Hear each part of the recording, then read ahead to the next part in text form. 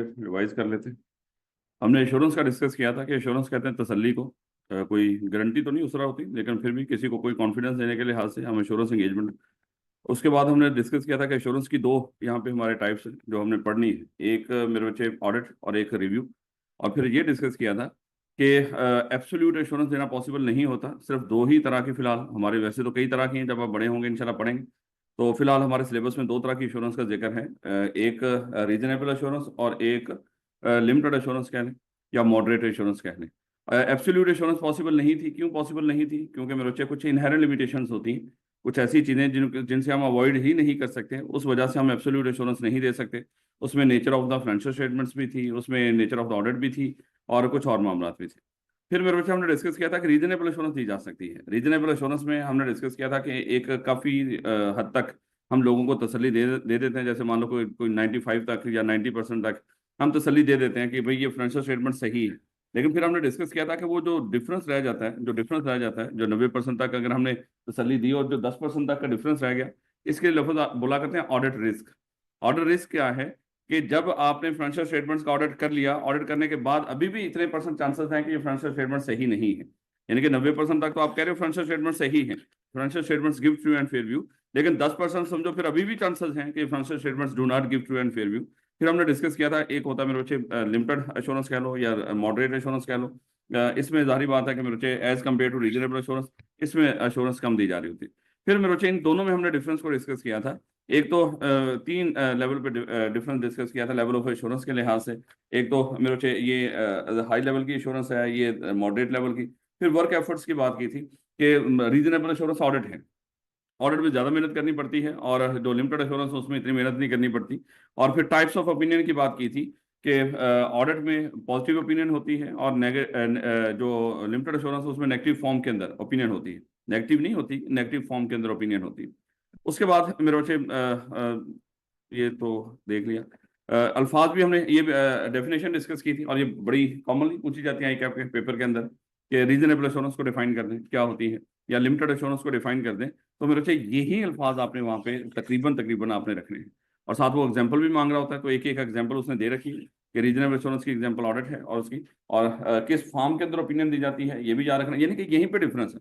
अगर वो कल पूछ ले रीजनेबल एश्योरेंस और लिमिटेड एश्योरेंस में फर्क बता दो, वो यहाँ पे भी बता रखे हैं। जैसे यहाँ पे ये हाई लेवल की इंश्योरेंस है, ये मॉडरेट लेवल की इंश्योरेंस है।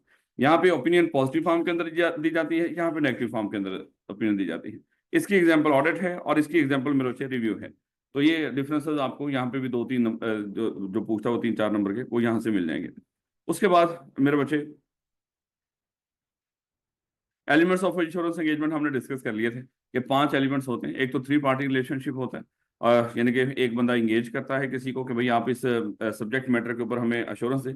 एक मेरे बच्चे उस सब्जेक्ट मैटर के लिहाज से एक रिस्पॉन्सिबल पार्टी होती है, और एक प्रैक्टिशनर जिसको हायर किया गया है। एक तो 3 पार्टी रिलेशनशिप फिर हमने डिस्कस किया था कि कोई सब्जेक्ट मैटर होता है जिसके ऊपर उस प्रैक्टिशनर ने ओपिनियन देनी होती है, और लेकिन सब्जेक्ट मैटर के ऊपर ओपिनियन देने के लिए उसको एविडेंस चाहिए होती है, और एविडेंस मेरे बच्चे फिर वो एविडेंस की बेस पे अपनी ओपिनियन देता है, और वो ओपिनियन मेरे बच्चे किसी जारी बात है किसी रिपोर्ट की फॉर्म में वो दी जाती है। तो इस तरह करके मेरे बच्चे, और वो जो सब्जेक्ट मैटर के लिए जारी बात है उसको तैयार कर, यानी कि सब्जेक्ट मैटर को उसके ऊपर ओपिनियन देने के लिए जो एविडेंस इकट्ठी करेगा ये सही है कि नहीं, वो किसी क्राइटेरिया के अगेंस्ट होगा। तो ये सारी बातें मेरे बच्चे हमने एश्योरेंस के एलिमेंट्स वो सारे डिस्कस कर लिए थे। नहीं बेटा, उसके बाद हमने स्टैट्यूटरी ऑडिट या रेगुलेटरी फ्रेमवर्क को पढ़ना शुरू किया था, बड़ा अहम है। एक तो सबसे पहले हमने अपॉइंटमेंट की बात की थी कि ऑडिटर अपॉइंट कैसे होता है। हमने कहा था कि जो पहला पहला ऑडिटर है, जो फर्स्ट ऑडिटर होगा, जो फर्स्ट ऑडिटर है, ये कंपनी के डायरेक्टर अपॉइंट करते हैं, और ये डायरेक्टर अपॉइंट करेंगे इन कॉर्पोरेशन के 90 दिनों के अंदर। यानी कि पहले पहला ऑडिटर अभी कंपनी बनी ही है, तो इन कॉर्पोरेशन के 90 दिनों के अंदर उसको अपॉइंट कर दिया जाता है। और इसकी मुद्दत कहाँ तक होगी? जो फर्स्ट एजीएम आएगी उसके कंक्लूजन तक इसकी मुद्दत है। उसके बाद मेरे बच्चे हमने डिस्कस किया था कि जो सब्सीक्वेंट ऑडिटर है, जो सब्सीक्वेंट ऑडिटर होगा, वो एजीएम में मेंबर अपॉइंट करते हैं, और इसकी मुद्दत कहाँ तक है? जो नेक्स्ट एजीएम होगी, जो नेक्स्ट एजीएम होगी उसके कंक्लूजन तक मेरे बच्चे ये बंदा कंपनी का ऑडिटर होगा। उसके बाद मेरे बच्चे हमने मजीद डिस्कस किया था कि चाहे फर्स्ट ऑडिटर हो चाहे सब्सीक्वेंट ऑडिटर हो, इनमें कोई कैजुअल वैकेंसी राइज हो सकती है, और कैजुअल वैकेंसी जब जब राइज होगी, कैजुअल वैकेंसी जब जब राइज होगी, हमने डिस्कस किया था कि वो भी कंपनी के डायरेक्टर ही मेरे बच्चे फिल करेंगे, और कितने दिनों में? 30 डेज के अंदर उसको फिल करेंगे। तो ये नॉर्मल है। दूसरा हमने डिस्कस किया था कि ये जब जब ऑडिटर पॉइंट होना चाहिए उस वक्त ऑडिटर पॉइंट ना हो रहा हो तो फिर एससीसीपी पॉइंट करेगा। चाहे वो फर्स्ट हो, चाहे सब्सीक्वेंट हो, चाहे कैजुअल वैकेंसी वाला हो, या किसी ऑडिटर को अपॉइंट किया हो और वो अनविलिंग हो, वो कह रहा हो कि आपने मुझे अपॉइंट तो कर लिया लेकिन मैं आपका ऑडिटर नहीं बनूंगा, तो इस तरह के मामले के अंदर भी हमने डिस्कस किया था कि मेरे बच्चे वहां पे हाँ, हो गया मार्च कंप्लीट। अल्लाह के बंदो, टाइमो टाइम पहुंच जाओ।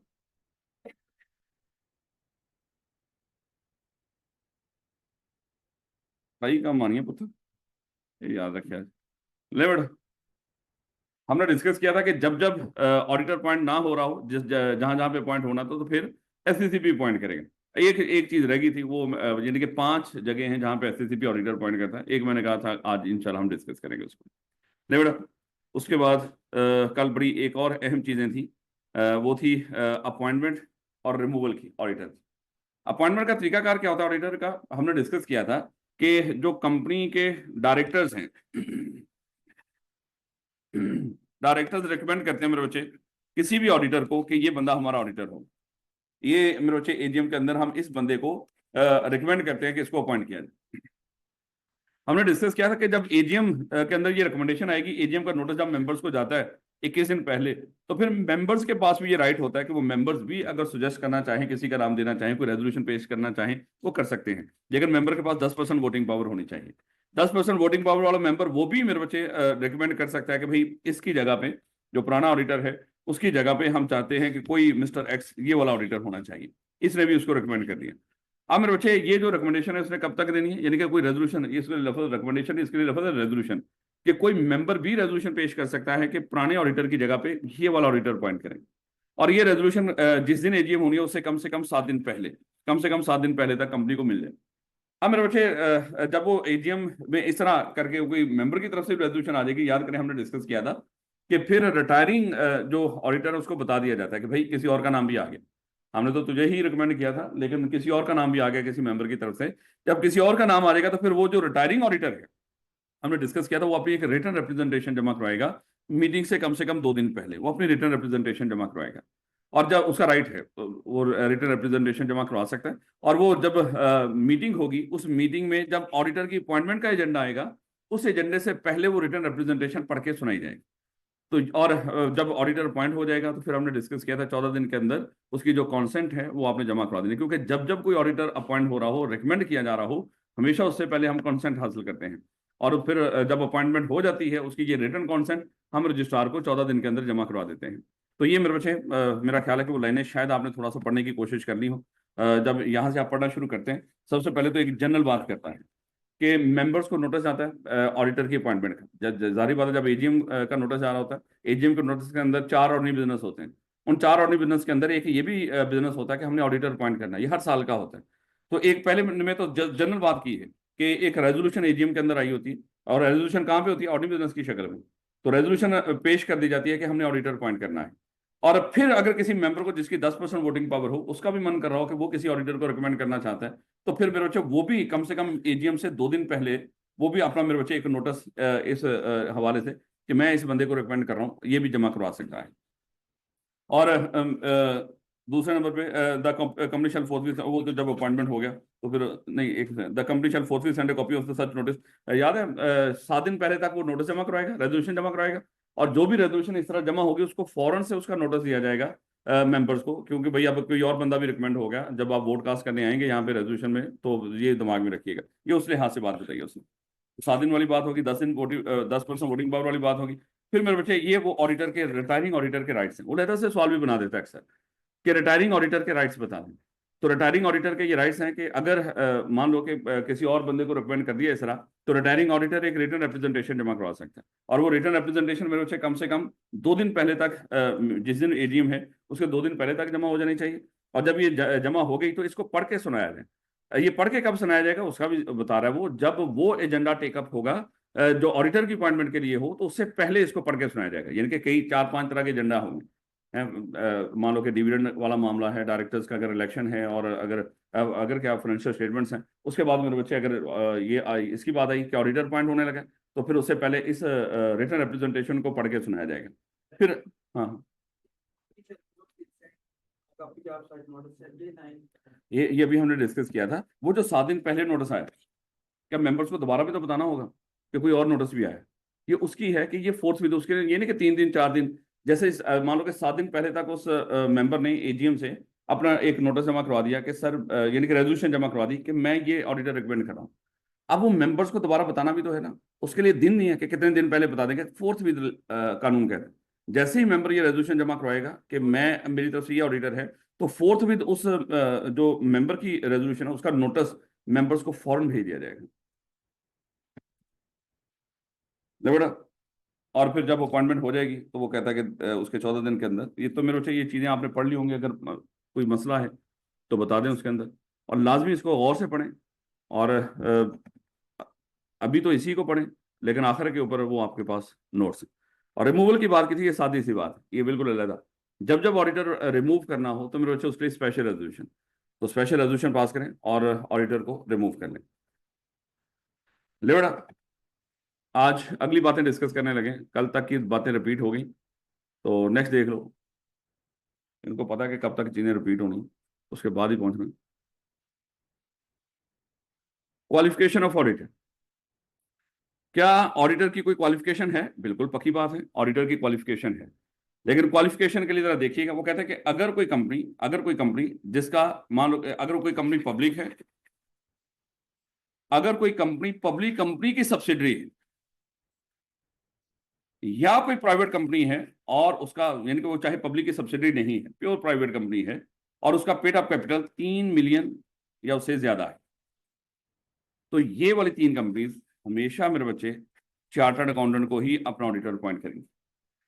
यानी कि 3 कंपनीज के लिए हमेशा जो ऑडिटर होगा वो चार्टर्ड अकाउंटेंट ही होगा। पब्लिक कंपनी चाहे पेड अप कैपिटल जितना मर्जी हो। उसके बाद ऐसी कंपनी जो किसी पब्लिक कंपनी की सब्सिडी, चाहे वो प्राइवेट है, चाहे ये कोई कंपनी प्राइवेट है, चाहे ये पब्लिक है, पब्लिक है वैसे तो फिर वैसे ही आए ना चार्टर्ड अकाउंटेंट, लेकिन अगर ये पब्लिक कंपनी की सब्सिडरी और ये प्राइवेट कंपनी है, इसके लिए भी हमेशा जो ऑडिटर होगा वो चार्टर्ड अकाउंटेंट होगा। और उसके बाद कोई भी प्राइवेट कंपनी जिसका पेड अप कैपिटल 3 मिलियन या उससे ज्यादा हो, इसका जो ऑडिटर होगा वो भी हमेशा चार्टर्ड अकाउंटेंट होगा।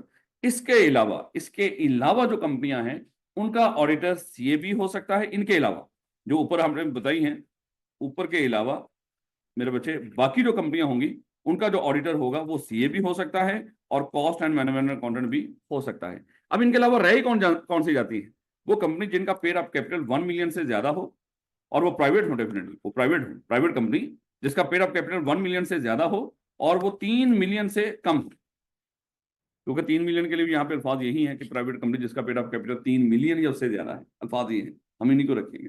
ऐसी प्राइवेट कंपनी जिसका पेड अप कैपिटल 3 मिलियन या उससे ज्यादा हो, तो उसका ऑडिटर भी चार्टर्ड अकाउंटेंट हो, यानी कि 3 मिलियन से कम हो और 1 मिलियन से ज्यादा हो, सादा अल्फाज में, तो उसके लिए मेरे बच्चे सीए भी हो सकता है और एसीए में भी, लेकिन हो वो कौन सी कंपनी? प्राइवेट।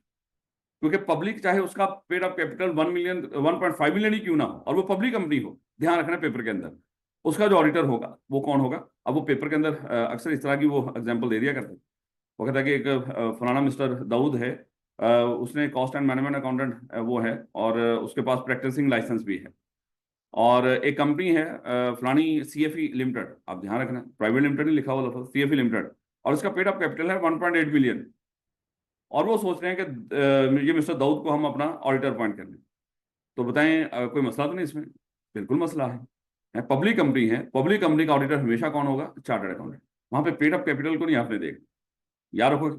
और अगर वो बात का फिर सिनेरियो इस तरह भी बनाता है यहाँ पे कि एक कंपनी वो किसी पब्लिक है, वो प्राइवेट कंपनी, उसका पेड अप कैपिटल 1.5 मिलियन है, हमें लग रहा होगा कि भाई प्राइवेट कंपनी है और इसका पेड अप कैपिटल भी 1.5 मिलियन है, तो कोई जो एसीएम में है वो भी ऑडिट कर सकता है, लेकिन साथ ही कहीं जिक्र कर देगा इसके मेजोरिटी डायरेक्टर अपॉइंट करने की पावर वो फलानी कंपनी के पास है और वो फलानी कंपनी पब्लिक है।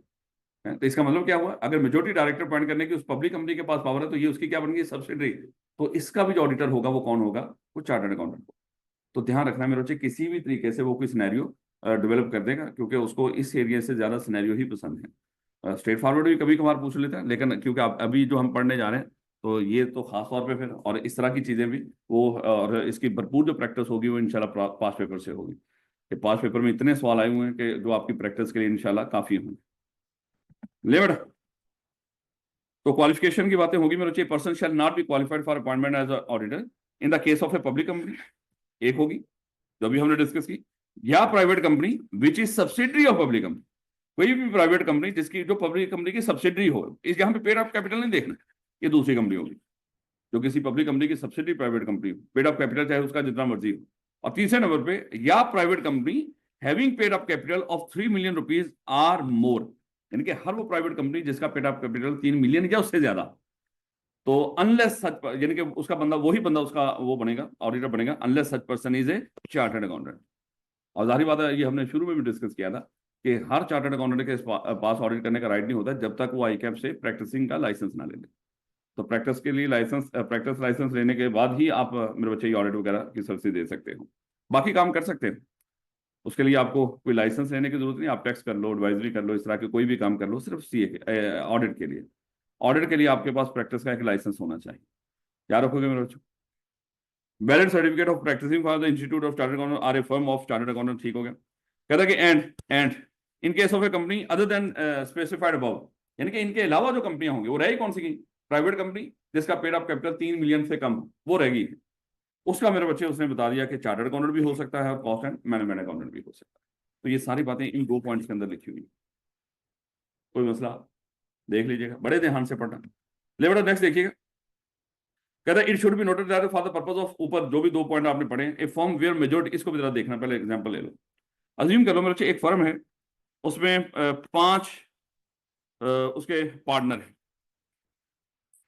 इन 5 पार्टनर में से 2 पार्टनर चार्टर्ड अकाउंटेंट है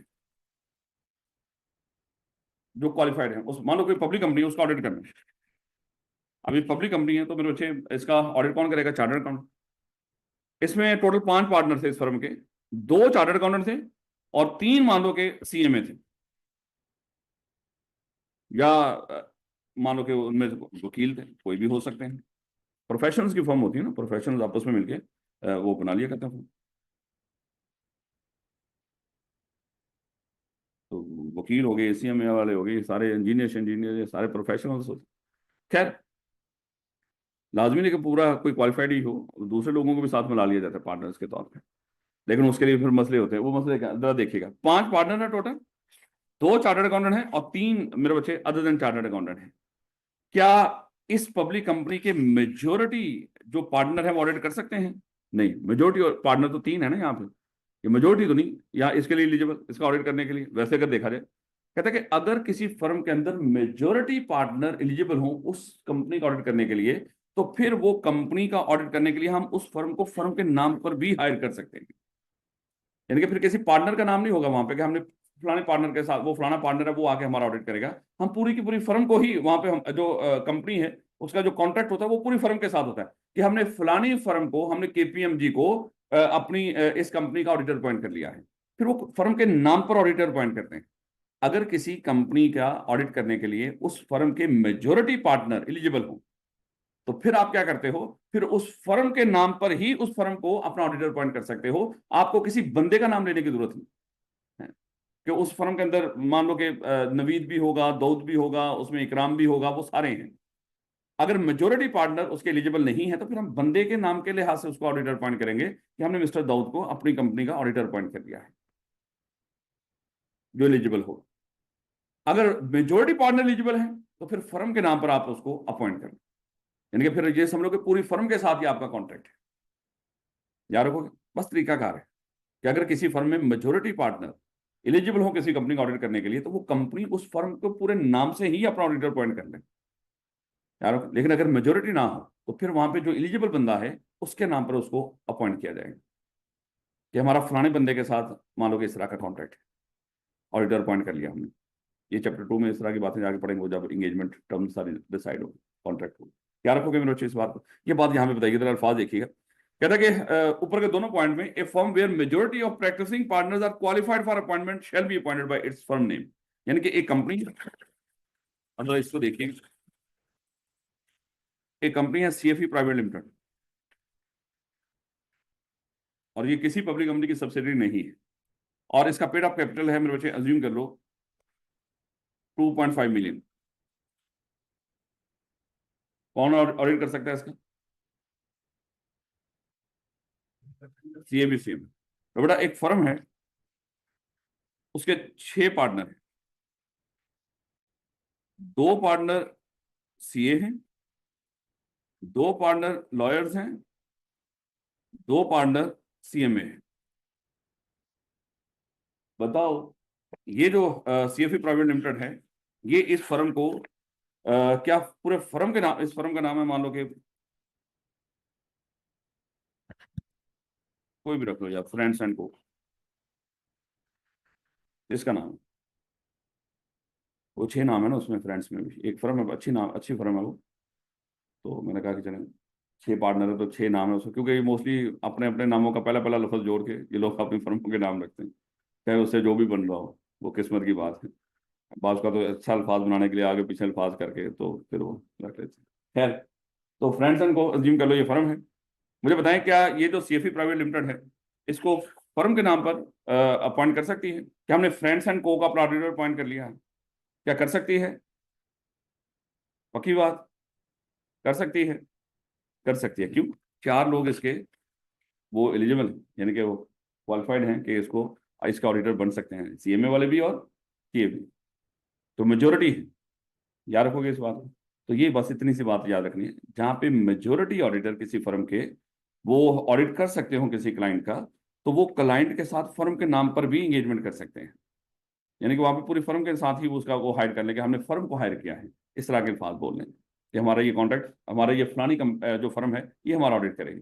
लेकिन अगर ना हो मेजोरिटी, तो फिर जो रेलिवेंट पार्टनर है जो उस एंगेजमेंट में शामिल होगा उसका नाम दे, याद रखो। क्योंकि फाइनेंशियल स्टेटमेंट्स जब वो ऑडिट होते हैं उसके बाद जब रिपोर्ट देते हैं, रिपोर्ट के ऊपर सिर्फ क्वालिफाइड बंदा जो एलिजिबल हो वही साइन। अच्छा, इसमें भी याद रखिएगा, चाहे ये 2 बंदे दूसरे वकील भी हैं, चाहे फर्म के नाम पे हायर करेंगे इसको, फर्म को हायर, यानी कि पूरी की पूरी फ्रेंड्स एंड को हमारे ऑडिटर है, लेकिन कल जब वो उसकी फाइनेंशियल स्टेटमेंट्स एग्जामिन करने के बाद रिपोर्ट देखे ना, रिपोर्ट के ऊपर साइन इन क्वालिफाइड लोगों के ही होंगे, लॉयर्स के नहीं होंगे। ये ना सोचिएगा फिर वकील जाके वहां पे साइन कर देंगे, याद रखोगे इस बात को। कह रहा है कि where a partnership firm is appointed as auditor of a company, only the partners who meet the qualification requirements as given one shall be authorised. तो वही बात उसने कह दी, साइन वही करेगा, चाहे फर्म के नाम पर उसको कर लो, जो मान लो कि ऑथराइज्ड हो या जो क्वालिफाइड हो वही उसको साइन करेगा। डिसक्वालिफिकेशन ऑफ ऑडिटर, बड़ा सुपर डुपर इंपॉर्टेंट एरिया इस chapter number 1, the most favourite. और ये थोड़ा सा मुश्किल भी होता है, लेकिन वही बात मैंने आपको अभी बताया कि पास पेपर के अंदर इतनी चीजें हैं इंशाल्लाह कि आपको दिक्कत नहीं होगी इसके अंदर। लेवल डिस्क्वालिफिकेशन ऑफ ऑडिटर, वो कौन कौन लोग हैं जो किसी कंपनी का ऑडिट नहीं कर सकते? अब मेरे स्ट्रेट फॉरवर्ड तो वो कम ही पूछता है, मेरा ख्याल है कभी तकरीबन नहीं पूछा होगा इस तरह, कहने तो शायद वो ज्यादा मुनासिब, बहुत पुराने वक्तों में पूछ लें तो पूछ लें।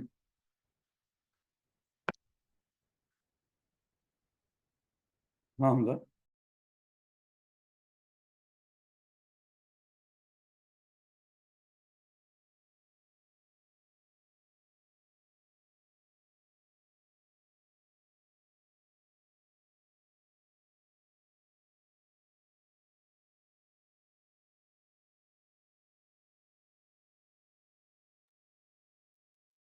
लेवल घर से फोन आया करे, उठा लिया करो, उठा। तो पैगाम देना था, लेकिन वो पैगाम रात को दिया जा सकता था, लेकिन तो पता नहीं कि क्लास में शुरू होगी। दे बेटा,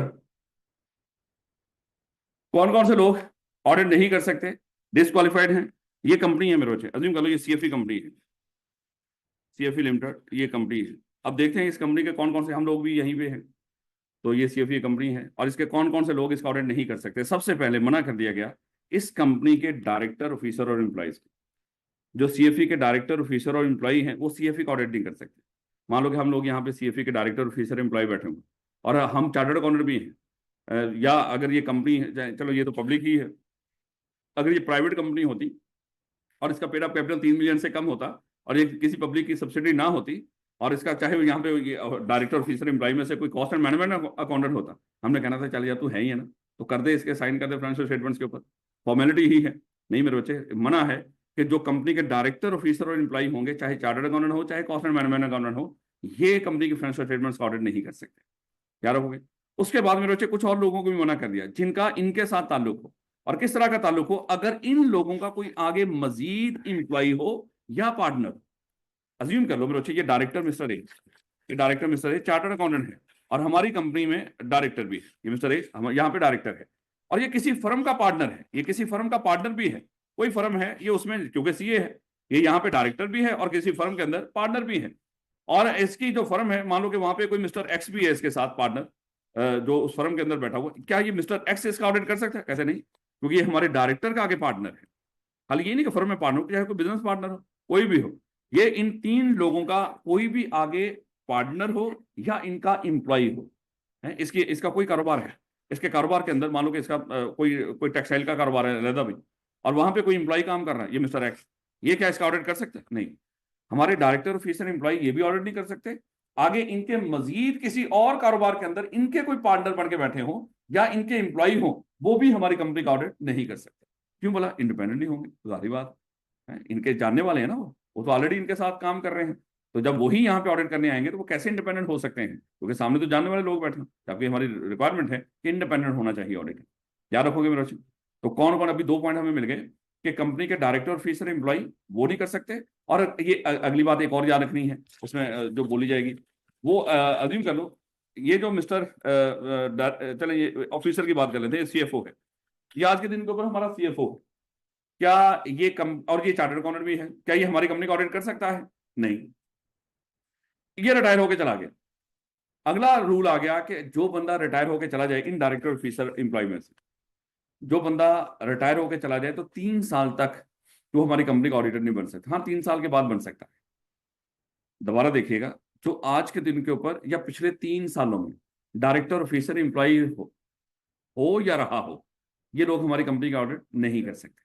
हाँ, रिटायरमेंट के बाद अगर 3 साल गुजर जाए तो फिर ये एलिजिबल हो जाएंगे। हर बात इतनी बारीकी से दिमाग में रखनी, आपकी सोच है, क्योंकि वो एक छोटे से पॉइंट के ऊपर यहाँ पे ना 3-4 सवाल दे देता है, part A, part B, part B, C, part D, और वो 2-2 नंबर का मोस्टली होता है, छोटे छोटे पॉइंट्स होते हैं। तो बड़े गौर से मेरे बच्चे आपने ध्यान रखना है इसके ऊपर, बड़ी आसानी के साथ नंबर मिल जाते हैं, भाई एलिजिबल है कि नहीं, ये क्वालिफाइड है कि नहीं, ये अपॉइंटमेंट एक्सेप्ट कर सकता है कि नहीं। तो इस तरह की ये छोटी छोटी बातें होंगी, तो याद रखिएगा मेरे बच्चे, डायरेक्टर ऑफिसर एम्प्लॉय जो आज हो या पिछले 3 सालों में रहे। उसके बाद इनके आगे जो पार्टनर एम्प्लॉय हो, वो भी मेरे बच्चे इस कंपनी का ऑडिट नहीं कर सकते। अब देखना है यहाँ पे आएगा घुमाता कैसे, कहता है कि मिस्टर ए, इसकी बात कर लेते हैं, ये जो सीएफओ था, ये मिस्टर ए सीएफओ है हमारी कंपनी। तो मेरे बच्चे ये चार्टर्ड अकाउंटेंट भी था, क्या ये इस कंपनी का ऑडिट कर सकता है? नहीं। आगे मेरे बच्चे इसका एक बिजनेस पार्टनर है मिस्टर बी, इसका बिजनेस पार्टनर मिस्टर ए, क्या वो या इसकी एक फर्म है साथ और वो मिस्टर बी इसका पार्टनर है वहां पे, क्या मिस्टर बी यहाँ पे आकर ऑडिट कर सकता है? नहीं। दोबारा रूल बताने लगा, अभी आपका इम्तिहान होने लगा, थोड़ा सा जरा एक्टिव रहिएगा। जो बंदा आज के दिन के ऊपर हमारा डायरेक्टर ऑफिसर एम्प्लॉय हो या पिछले 3 सालों में रहा हो, ये हमारा ऑडिटर नहीं बन सकता। अब इनके लिए 3 साल वाली बात नहीं है, ये ध्यान रखना। होता क्या है, ये जो मिस्टर ए है यहां से रिटायर होकर चला जाता है, रिटायर होकर चला जाता है, क्या अगले साल ही हम इसको अपना ऑडिटर अपॉइंट कर सकते हैं? नहीं। लेकिन रिटायर होकर चला गया, क्या उसके साथ जो बिजनेस पार्टनर है मिस्टर बी, क्या उसको अपना ऑडिटर अपॉइंट कर सकते हैं? उसको कर सकते हैं, क्योंकि 3 साल का टाइम उसके लिए नहीं। जब तक ये हमारे एम्प्लॉय हैं, डायरेक्टर हैं, ऑफिसर हैं, ये ऑडिटर नहीं कर सकते, इनके आगे एम्प्लॉय और पार्टनर भी नहीं कर सकते। और जब ये रिटायर होकर चले जाएंगे ये लोग तब भी 3 साल तक ऑडिट नहीं कर सकते। लेकिन जब ये रिटायर हो जाएंगे, इनके लिए 3 साल नहीं, ये इनकी रिटायरमेंट के बाद ये लोग, इनके पार्टनर और एम्प्लॉय, वो फौरन ही हमारे लिए क्या हो जाएंगे, वो एलिजिबल है। ये पढ़ेंगे ना, जब रीड करेंगे तो फिर वो चीजें आपको सही से पता चलेंगी। अभी मैं, ताकि ये 2-3 दफा रिपीट हो जाए इसलिए ज्यादा यहाँ पे बता रहा हूँ। तो डायरेक्टर ऑफिसर एम्प्लॉय जो आज हो या पिछले 3 सालों में रहे, वो नहीं बन सकते, और इनके आगे एम्प्लॉय और ऑफिसर वो भी नहीं बन सकते। लेकिन जैसे ही रिटायर होके जाए, ये लोग फौरन से एलिजिबल हो जाते हैं, इनके लिए मजीद 3 साल वेट करना जरूरी नहीं है। उसके बाद जो हमारे होते हैं, हमारे जो डायरेक्टर हैं, हमारे डायरेक्टर का स्पाउस, यहाँ पे ध्यान रखना है, डायरेक्टर के स्पाउस की बात हो रही होगी, ऑफिसर एम्प्लॉय के स्पाउस की बात नहीं हो रही होगी। हमारा जो डायरेक्टर का स्पाउस है, यानी कि अगर कोई मान लो कि डायरेक्टर खातून है, उसका हस्बैंड, या कोई मेल है उसकी बेगम, तो वो बंदा भी हमारी कंपनी का ऑडिटर अपॉइंट नहीं हो सकता। यानी कि डायरेक्टर का स्पाउस भी ऑडिटर अपॉइंट नहीं हो सकता, याद रखोगे। उसके बाद अगर कोई बंदा हमारा मकरूज हो, हमारी कंपनी का मकरूज हो, सारी बात वही बात है, इंडिपेंडेंट नहीं होगा ये भी। जो बंदा हमारी ही कंपनी का मकरूज हो, वो भी हमारा ऑडिटर अपॉइंट नहीं हो सकता। इसमें 2 एक्सेप्शन है, इसमें 2 एक्सेप्शन होंगी। एक मेरे क्रेडिट कार्ड की होगी, क्योंकि अक्सर लोगों ने क्रेडिट कार्ड लिए होते हैं बैंकों से, तो क्रेडिट कार्ड की मद में अगर 1 मिलियन तक ड्यू है, मकरूज तो है लेकिन ये एक्सेप्शन है, कोई इट्स ओके। और अगर बिजली के यूटिलिटी बिल्स हैं और वो 90 दिनों तक ड्यू हैं, तो फिर भी कोई दिक्कत नहीं। यानी कि अगर कोई बंदा उस कंपनी का मकरूज हो, जस्ट एग्जांपल मान लो कि आप फैसल बैंक से आपने क्रेडिट कार्ड लिया हुआ और वहां पे 9 लाख रुपए उस क्रेडिट कार्ड की मद में ड्यू है, आप मकरूज हैं फैसल बैंक के, लेकिन आप उसके ऑडिटर बन सकते हैं। लेकिन उससे हटके अगर कोई लोन लिया हो तो फिर जाहिर बात है आप उसके लिए एलिजिबल नहीं होंगे, चाहे वो 1 लाख का ही क्यों ना हो। याद रखोगे इस बात को। बेटा उसके बाद ये इलेक्ट्रिसिटी वापडा का अगर ऑडिटर पॉइंट होने जा रहे हैं और 90 दिनों का आपका बिजली का बिल ड्यू है, इट्स ओके। आप मकरूज तो हैं वापडा के, लेकिन बन सकते हैं। लेकिन 90 दिनों से ज्यादा ड्यू हुआ तो फिर मेरे से आप उसके ऑडिटर नहीं बन सकते। उसके बाद हम डिस्कस करेंगे, अगर किसी और बंदे ने इस कंपनी से लोन लिया और किसी बंदे ने उसकी गारंटी दी हो, वो गारंटर भी ऑडिटर नहीं बन सकता। जस्ट एग्जांपल, मान लो कि एक मिस्टर ए आया, मिस्टर ए आके सीएफई को कहता है सर मुझे उधार दे दो। सीएफई उसको कहता है किसी बंदे की गारंटी दिलवा दे। तो ये मिस्टर ए किसी मिस्टर बी के पास गया, मिस्टर बी को कहा कि यार ऐसा कर सीएफई को गारंटी दे दे मेरी, मैं लोन ले रहा हूँ। तो मिस्टर बी ने कहा कोई मसला नहीं। मिस्टर बी ने सीएफई को guarantee they the mister A के लोन की, और मिस्टर बी एक चार्टर्ड अकाउंटेंट है। आगे सीएफई सोच रहा है कि हम मिस्टर बी को ऑडिटर अपॉइंट कर लेते हैं, तो ये ऑडिटर अपॉइंट नहीं हो सकता, क्योंकि इसने क्या किया हुआ, इसने गारंटी दी हुई है किसी के लोन की। ये भी डिपेंडेंट, जाहिर बात डिपेंडेंट है, इंडिपेंडेंट नहीं। कल अगर उसने पैसे वापस ना किए तो सीएफई ने किससे मांगनी है, मिस्टर बी से। याद रखो, अगर किसी बंदे ने किसी बंदे के लोन की गारंटी दी हो, ये बंदा भी ऑडिटर अपॉइंट नहीं हो सकता। याद रखो, यहाँ पे 3 साल का जहां पे होगा वहीं पे रखना है, हर जगह पे 3 साल नहीं घुसेड़ देने कि यहाँ पे हर जगह पे 3 साल आएंगे। लेवड़ा उसके बाद, अगर किसी बंदे का हमारी कंपनी के साथ बिजनेस रिलेशनशिप, वो भी ऑडिटर पॉइंट नहीं हो सकता। लेकिन मेरे बच्चे इसकी भी एक्सेप्शन देखेंगे, वो भी रीड करते हैं उसको। इन the ordinary course of business अगर हो तो फिर कोई दिक्कत नहीं, उससे हटके कोई मामला हो तो फिर वो भी एग्जाम्पल देखेंगे और पास पेपर के सवाल भी है। उसके बाद अगर किसी बंदे ने फ्रॉड किया, कोई भी फ्रॉड, ये नहीं कि इस कंपनी के साथ कोई भी फ्रॉड किया, और वो कन्विक्टेड हो, अदालत से उसको सजा हो चुकी है फ्रॉड की मामले, तो वो बंदा किसी भी कंपनी का ऑडिट 10 साल तक नहीं कर सकता। यानी कि फ्रॉडिया बंदा जिस दिन फ्रॉड साबित हो गया, उसके अगले 10 साल तक किसी कंपनी का ऑडिट नहीं कर सकता। तो ये याद रखिएगा, अल्लाह माफ करे किसी ने कोई मर्डर किया हो कोई दिक्कत नहीं, कोई और कोई गुनाह किया हो कोई दिक्कत नहीं, लेकिन फ्रॉड ना किया हो, फ्रॉडिया बंदा ऑडिटर पॉइंट नहीं हो सकता, कातल हो सकता है। मना नहीं ना किया हुआ, देखो कानून ने जैसी बात कर दी हमने वैसी माननी है। हमने अपनी तरफ से कुछ एक लफ्ज भी ऐड नहीं करना अपनी तरफ से। ये हम कंपनी एक्ट पढ़ रहे हैं, याद रखिएगा। ये हम कोई स्टैंडर्ड भी नहीं पढ़ रहे, हम कंपनी एक्ट 2017 पढ़ रहे हैं। ये पहले कंपनी लॉ के अंदर ही ये पोर्शन हुआ करता था, 2 जगहों पे पढ़ा करते थे। आई क्या, हमने कहा कि यार रिपीट हो रहा है, तो इसको वहां से निकाल के, और जब वहां पे सवाल आया करते तो लग पता जाता इसका, जब सिनेरियो बेस्ड क्वेश्चन यहाँ पे बनाया, जैसे ये बिल्कुल वैसे ही बनता था जैसे वो इंडिपेंडेंट ऑडिटर डायरेक्टर का वहां पे बात हुई ना, छोटे छोटे पॉइंट्स। तो आई आपने एक ही दफा उसकी एप्लीकेशन पूछी तो लग पता गया, अदरवाइज पॉइंट्स ही पूछता था उसको। खैर, तो फ्रॉडिया बंदा जब फ्रॉड साबित हो जाए उसके 10 साल तक किसी भी कंपनी का ऑडिटर नहीं बन सकता। उसके बाद, क्योंकि देखो एक फ्रॉड की लत होती है, तो फाइनेंशियल स्टेटमेंट्स में फिर ये हम फिर मौका मिल जाता है फ्रॉड ये साइन ही करने हैं ना, तो कमा लो पैसे। उसके बाद कोई भी कंपनी बॉडी कॉर्पोरेट, यानी कि हर वो इदारा जिसकी लाइबिलिटी लिमिटेड हो, सादा अल्फाज में, और ये कहाँ पे होती है बोला, बॉडी कॉर्पोरेट में। याद करें बॉडी कॉर्पोरेट में 3 तरह के इदारे आ जाते थे। तो कोई भी बॉडी कॉर्पोरेट किसी कंपनी का ऑडिट नहीं कर सकती, क्यों, इनकी लाइबिलिटी लिमिटेड होती है, और लिमिटेड लाइबिलिटी के साथ कोई बंदा ऑडिटर बन ही नहीं सकता। याद रखोगे, यानी कि कल आप फर्म बना लें और ये कहेंगे चले हम अपनी फर्म को कंपनी के तौर पर रजिस्टर्ड करवा लेते हैं, तो मुबारक हो, अब आप ऑडिट नहीं कर सकते। उसके बाद जहां जहां पे मेरे से कुछ और जगह भी हैं, जैसे कोड ऑफ एथिक्स वगैरह, अगर कोड ऑफ एथिक्स में कहीं पे मना कर दिया गया हो, तो कंपनी एक्ट कहता है कोड ऑफ एथिक्स में जो मना हो वो मेरे नजदीक भी मना है। यानी कि कंपनी एक्ट ने कोड ऑफ एथिक्स को भी साथ में ला लिया। वो कहता है कि जहां जहां पे ये कोड ऑफ एथिक्स मना कर रहे हैं कि ये बंदा ऑडिटर नहीं बन सकता, तो मेरे नजदीक भी ऑडिटर नहीं बन सकता। इसका मतलब चैप्टर नंबर 13 में जो आपने कोड ऑफ एथिक्स पढ़ने हैं, वहां पे जिस बंदे को हम रोक रहे होंगे कि भाई आप इस ऑडिट को एक्सेप्ट ना करो, तो एक्चुअली कंपनी एक्ट ने भी उसका जिक्र कर दिया था यहाँ पे, डिटेल नहीं बताई। उसने कहा कि जहां जहां पे कोड ऑफ एथिक्स मना करेंगे किसी बंदे को कि ये ऑडिटर नहीं बन सकता, वो मेरे नजदीक भी ऑडिटर नहीं बन सकता। लेकिन पेपर में मोस्टली वो अलहदा पूछता है, तो वो पूछता है अक्सर सवाल जो आता है, ये कंपनी एक्ट 2017 के मुताबिक मुझे बताएं कि ऑडिटर बन सकता है कि नहीं। जहां पे कंपनी एक्ट 2017 की बात ना कर रहा हूँ, या जनरल बात कर रहा हूँ कि ये बताइए ऑडिटर बन सकता है कि नहीं, तो वहां पे मेरे से मोस्टली वो कोड ऑफ एथिक्स की बात हो रही थी। खैर वापस, ये बहुत इंपॉर्टेंट है। अगर किसी बंदे के पास उस कंपनी के या उसकी एसोसिएट कंपनी के शेयर्स, ये बड़ी ब्रॉडर डेफिनेशन है और ये सबसे ज्यादा सिनेरियो ये पूछा जाता है इसका। ये आखिरी पॉइंट, अगर कोई बंदा किसी बंदे के पास, उसके स्पाउस के पास या उसके माइनर चिल्ड्रन के पास उस कंपनी के शेयर्स हों या इस कंपनी की एसोसिएट के शेयर्स हों, इनके पास, ये ऑडिटर नहीं बन सकते। अगर कोई बंदा खुद, उसके स्पाउस या उसके माइनर चिल्ड्रन के पास उस कंपनी के शेयर्स हों या उस कंपनी की आगे एसोसिएट कंपनी के शेयर्स हों। अब एसोसिएट कंपनी के शेयर्स के लिए एसोसिएट कंपनी की डेफिनेशन मुझे थोड़ी सी आपको दोबारा याद करवानी पड़ेगी, चैप्टर नंबर 10 के अंदर जो हमने कंपनी लॉ के अंदर पढ़ी थी।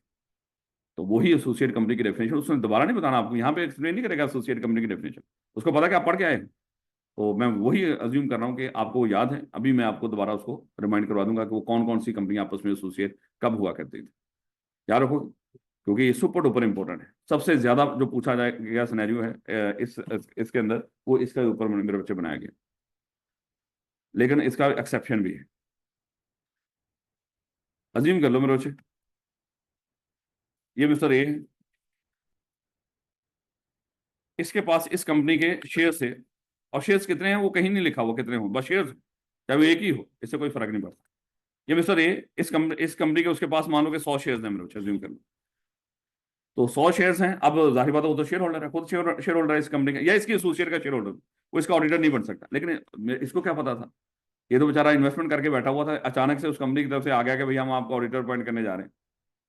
तो इसको थोड़ी इसके ख्वाब में आया था कि ये कंपनी कभी मुझे ऑडिटर अपॉइंट कर लेगी, ये तो बेचारा कारोबार कर रहा था पाकिस्तान के अंदर।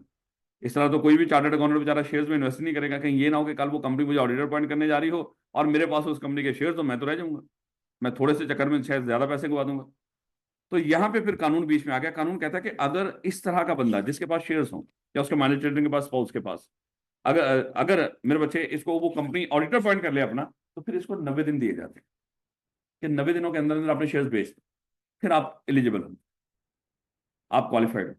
90 दिनों के अंदर, यानी कि 90 दिनों का मौका दे दिया जाता है। भाई बन गया, जैसे मान लो कि आपके पास सीएफई के शेयर्स हैं, हमने आपको ऑडिटर अपॉइंट कर लिया, आपके लिए लफज फौरन नहीं बोलेंगे कि आप डिसक्वालिफाइड है, नहीं, फौरन लफज इनके लिए नहीं बोलना। इनको हम ये कहेंगे कि आपके पास 90 दिन है, 90 दिनों के अंदर अंदर ये शेयर डिस्पोज ऑफ कर दो, बेच दो। अगर 90 दिनों के अंदर शेयर डिस्पोज ऑफ ना किए तो आप फिर जाहिर बात है इस कंपनी का ऑडिटर नहीं बन सकते। लेकिन अगर 90 दिनों के अंदर शेयर बेच देते हो तो फिर आप एलिजिबल बन जाते हैं। 90 दिनों का मौका इसलिए दिया गया है, ये ना हो कि बेचारे को नुकसान हो जाए जल्दी में शेयर बेचने में, तो 90 दिनों में जब मुनासिब कीमत मिल रही हो उसमें बेच देंगे। याद रखेंगे इस बात को। तो मेरे बच्चे अब हम इसको रीड करेंगे, इतना गौर से रीड करना है कि आपकी सोच है एक एक लफ्ज को बड़े अच्छे तरीके से।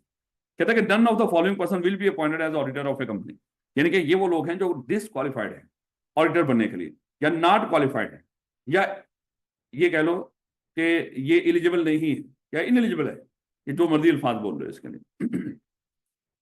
कौन कौन है, कहता है person who is at any time during the preceding 3 year, यानी कि एक बंदा जो आज या पिछले 3 सालों में रहा हो उस कंपनी का director, other officer officer or employee of the company. अच्छा, यहाँ पे एसोसिएट की बात नहीं, सीएफई का डायरेक्टर ऑफिसर एम्प्लॉय, वो बंदा इस कंपनी का ऑडिटर नहीं बन सकता। अगर रिटायर होकर चला जाएगा तो 3 साल तक ऑडिटर नहीं बन सकता। लेकिन अगर हमारी एसोसिएट का एम्प्लॉय हो तो मेरे बच्चे उसको मना नहीं किया गया। यहाँ ये ध्यान रखना, जहां पे एसोसिएट सब्सिडी वगैरह शामिल होगी वहीं पे रखनी है आपने, हर जगह पे ऐड नहीं करनी। हाँ, एक लाइन आगे जाके पढ़ेंगे, वो लाइन जरा थोड़ी सी वो होगी, शदीद होगी, उससे सारे मामला फिर खराब हो जाएंगे और आई का वहां पे ज्यादा खेल जाता है सम टाइम। वो बड़ी अजीब सी बात है। चलिए मैं थोड़ी सी एमी आपको एक इशारा करता हूँ। वो कहता है कि अगर कोई बंदा एक कंपनी के लिए डिसक्वालीफाइड, वो बंदा उसकी होल्डिंग के लिए भी डिसक्वालीफाई होता है, उसकी सब्सिडरी के लिए भी डिसक्वालीफाई होता है, होल्डिंग की सब्सिडरी के लिए भी डिसक्वालीफाई होता है। तो ये एक ऐसा पैटर्न है जिसमें कोई ना, अभी मैंने आपको बताया ना, एक कंपनी है जो इसकी एसोसिएट है, यहाँ पे एसोसिएट का तो जिक्र नहीं हुआ फिलहाल, तो यहाँ पे जिक्र हुआ है एक कंपनी, उसकी होल्डिंग, सब्सिडरी और होल्डिंग की सब्सिडरी, एसोसिएट का जिक्र नहीं हुआ।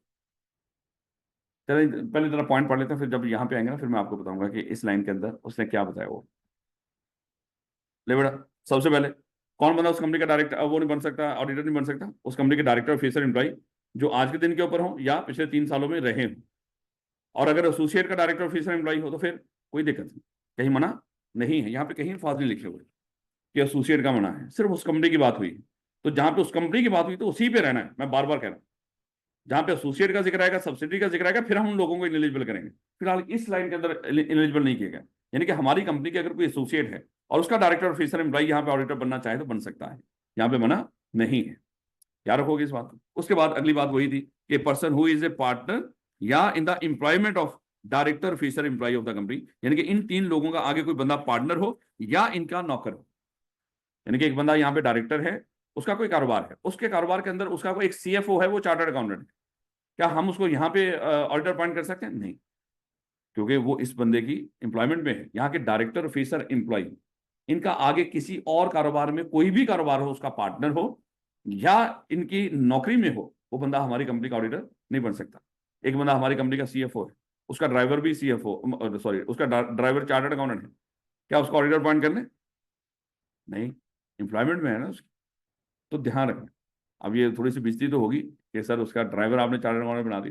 वैसे मैंने आपको सिर्फ समझाया है कि बेटा इन तीन लोगों का आगे कोई पार्टनर हो या इनका कोई नौकर हो, वो भी हमारा ऑडिटर पॉइंट नहीं हो सकते। तो बेटा next, spouse of the director. अब यहां पे ध्यान रखना, उसने हमारे ऑफिसर और एम्प्लॉय को निकाल दिया, यानी कि सीएफओ का स्पाउस ऑडिटर बन सकता है कंपनी एक्ट के मुताबिक, लेकिन इसको कौन जाके मना कर देगा?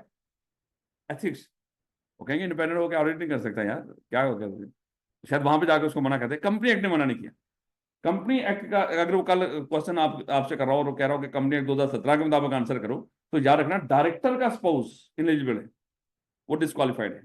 लेकिन ऑफिसर एम्प्लॉय का स्पाउस अगर चार्टर्ड अकाउंटेंट है, वो हमारी कंपनी का ऑडिटर बन सकता है। याद रखो, क्योंकि ऊपर बिजनेस पार्टनर की बात हुई है, लाइफ पार्टनर की बात नहीं हुई। डायरेक्टर, ऑफिसर, एम्प्लॉय और इनके पार्टनर। ये ना हो कि आप वहां पे समझ रहे हो कि सर शायद लाइफ पार्टनर की भी बात हो रही है। याद रखोगे इस बात। तो स्पाउस ऑफ द डायरेक्टर, तो जो बंदा चीफ एग्जेक्टिव, अगर आपको याद हो, वो क्या होता है? वो डायरेक्टर ही होता है। और अगर बाहर से भी अपॉइंट किया जाए तो डीम डायरेक्टर ही होता है। तो उसके स्पाउस को भी यहीं पे रखिएगा, क्योंकि कंपनी एक्ट ने चीफ एग्जेक्टिव को डायरेक्टर ही बोला है, हम उसको डायरेक्टर में ही रखेंगे फिलहाल। लो बेटा, a person who is indebted to the company, यानी कि सादा अल्फाज में वो बंदा जो हमारी कंपनी का मकरूज है, other than in the ordinary course of business. ये मेरे बच्चे बहुत इंपॉर्टेंट है यार। हाँ, अगर एक बंदा in the ordinary course of business मकरूज हो, फिर कोई दिक्कत नहीं है। जस्ट एग्जांपल, आपने किसी बैंक से कुछ उधार लिया हो, वो 3 लाख रुपए का उधार लिया हो, तो बैंक का तो कारोबार है उधार देना, और ये आप उसके मकरूज हैं इन the ordinary course of business. याद रखना, आप उसके मकरूज कंसिडर नहीं होंगे। लेकिन अगर बैंक ने आपको खास फेवर दिए हैं, आम लोगों को 15% इंटरेस्ट रेट के ऊपर और आपको 10% इंटरेस्ट रेट के ऊपर दिया है लोन, फिर गलत है। फिर इन the ordinary course of business नहीं, फिर आपके लिए स्पेशल टर्म्स है। इन the ordinary course of business का मतलब वो जैसे होती है ना, वो जो बचपन से आप पढ़ते आ रहे हो, आर्म लेंथ ट्रांजेक्शन है, कि इसके साथ है इसका कारोबारी ताल्लुक, लेकिन आर्म लेंथ ट्रांजेक्शन है, इसको कोई खास फेवर नहीं दी। जब इसको फेवर नहीं दी तो कल ऑडिट करता हुआ ये भी उसको फेवर नहीं देगा, क्योंकि हम चाहते हैं इंडिपेंडेंस। अगर तो इन the ordinary course of business कोई बंदा आपका मान लो कि मकरूज हो, जैसे अज्यूम कर लो कि और कौन सी कंपनी हो सकती है, पहले पहले से आपने जाके कोई वो उसका उसके उसने अनाउंस किया था कि हम किस्तों पे एसी दे रहे हैं, गर्मियां आ गई, आपने कहा जो उन्होंने किस्तों पे एसी देने का अनाउंसमेंट किया, आपने भी जाके वो किस्तों में एसी ले लिए। नॉर्मली जिस तरह बाकी दुनिया को दे रहे थे उसी तरह आपने भी ले लिए। ये इन the ordinary course of business मेरे बच्चे, आप उनके मकरूज हैं, आपने किस्तों पे उनसे एसी लिए हुए, और वो पहले कंपनी का अगर आपको ऑडिटर अपॉइंट करने जा रही है, ओके, ये मकरूज कंसिडर नहीं किया जाएगा। याद रखोगे इस बात को। इन the ordinary course of business अगर कोई बंदा आपका मकरूज हो, वो, लेकिन अगर आपके लिए खास फेवर्स हो, टर्म्स एंड कंडीशन आपके लिए चेंज की गई हो, तो फिर ये इन the ordinary course of business नहीं होता। बैंक से लोन लिया हो लेकिन आपके लिए खास टर्म्स एंड कंडीशन जो बाकियों के लिए ना हो, तो फिर ये इन the ordinary course of business आप उनके मकरूज नहीं है और आप उसका ऑडिट नहीं कर सकते। याद रखोगे। तो ये मेरे बच्चे एक्चुअली इसमें अगर देखा जाए तो 3 एक्सेप्शन है। कहते हैं अगर कोई बंदा किसी कंपनी का मकरूज हो, उसका ऑडिटर नहीं बन सकता, लेकिन 3 लोगों को निकाल दिया कि ये मकरूज नहीं होंगे अगर इन the ordinary course of business हो, और 2 ये वाले पॉइंट। याद रखोगे। जी जी। ऑर्डिनरी कोर्स ऑफ बिजनेस में वो क्रेडिट कार्ड के मद में, सिर्फ क्रेडिट कार्ड, बाकी चीजों में नहीं। आप 10 मिलियन का लोन ले लें बैंक से इन the ordinary course of business, it's okay, सिर्फ क्रेडिट कार्ड की मद में। क्रेडिट कार्ड की मद में चाहे वो इन the ordinary course of business, अगर 1 मिलियन से ऊपर चला गया आप मकरूज कंसिडर। यानी कि अगर कोई बंदा वैसे मकरूज है किसी बिजनेस का other than ordinary course of business, उसका ऑडिटर नहीं बन सकता। अगर ऑर्डिनरी कोर्स ऑफ बिजनेस है बन सकता है। और ऑर्डिनरी कोर्स ऑफ बिजनेस का मैंने आपको कुछ एग्जांपल दे दी। बैंक से लोन ले लो in the ordinary course of business. किसी ने किस्तों पे कोई गाड़ियां दे रहा है, ले लो, आप मकरूज हैं उसको इन the ordinary course of business. मान लो कि आईफोन वालों ने कह रही है क्या है किस्तों पे आईफोन ले लें बजाय गुर्दा बेचने के। हमने कहा कि ये बेहतर है कि हम किस्तों पे मोबाइल ले लेते हैं, तो हमने किस्तों पे मोबाइल ले लिया, हम मकरूज तो हैं उनके, लेकिन मेरे बच्चे इन the ordinary course of business. याद रखो, क्योंकि अक्सर लोग गुर्दे बेच दिया करते हैं आईफोन के चक्कर में। दोनों पूरे हैं, आईफोन है तो फिर गुर्दा नहीं होगा। अच्छा गुर्दा भी, ठीक, मजाक है। और फिर अल्लाह माफ करे रास्ते में कोई उसको डगेश के चोरी कर लेते, तो खुद सोचे गुर्दा भी गया मोबाइल भी गया, तो बेहतर नहीं बंदा औकात में रहे। हमेशा औकात में जिंदगी गुजार, बड़ी पुरसकून होती। औकात से बाहर गुजारी हुई जिंदगी वो मेरे बच्चे हमें तकलीफ देती। खैर वापस आओ। बात का तो कुछ काम औकात से बाहर करना भी फायदेमंद है। ये हमारा एक दोस्त कहता है, वो वकील भी है, वो सारा कुछ है। वो कहता है कि देखो उसके क्लाइंट्स हैं, कहते हैं अगर मैं बाइक पर जाऊँ ना या छोटी गाड़ी पे जाऊँ तो मेरी औकात देख के ये मेरे साथ में मेरी फीस तय कर रही है। तो उसने बड़ी बड़ी गाड़ियां रख रखी हैं, कहता मैं इन गाड़ियों पे जाता हूँ। उनको पता है कि जो बंदा इस गाड़ी पे आया मेरे पास, तो उसको ऑफर करते हुए पैसे थोड़ा सोच के ऑफर कर रही। तो ये भी एक तरीका कार है, और ये अच्छी सोच है उस लिहाज से। ले बेटा वापस है। कह रहा है कि person who is indebted to the company other than in the ordinary course of business. इसकी एग्जांपल मेरे बच्चे कुछ दे दी, कुछ आगे इंशाल्लाह आगे पास पेपर के अंदर इसकी प्रैक्टिस करेंगे। और सच एंटिटी नहीं बेटा, कह रहा following person will not be deemed to be indebted to the company. कहता है ये लोग मकरूज नहीं होते। ये कौन है? Correct person who owes a sum of money not exceeding 1 million rupees to a credit card issuer. Credit card issue करते ही कौन है? ये फाइनेंशियल इंस्टीट्यूट्स। तो कहता है कि अगर कोई बंदा किसी फाइनेंशियल इंस्टीट्यूट्स का क्रेडिट कार्ड के मद में 1 मिलियन तक, नॉट एक्सीडिंग 1 मिलियन, यानी कि 1 मिलियन तक अगर मकरूज है तो वो मकरूज कंसिडर नहीं। लेकिन अगर 1 मिलियन से 1 रुपया भी ऊपर हो गया वो मकरूज हो गया। अब जरा आई कैप का सवाल देखो, आई कैप इतना अच्छा तो है, आपको क्या लग रहा होगा इसी तरह लाइन बना के उठा के दे देगा। कहता है एक फर्म है, उसके हैं 4 पार्टनर।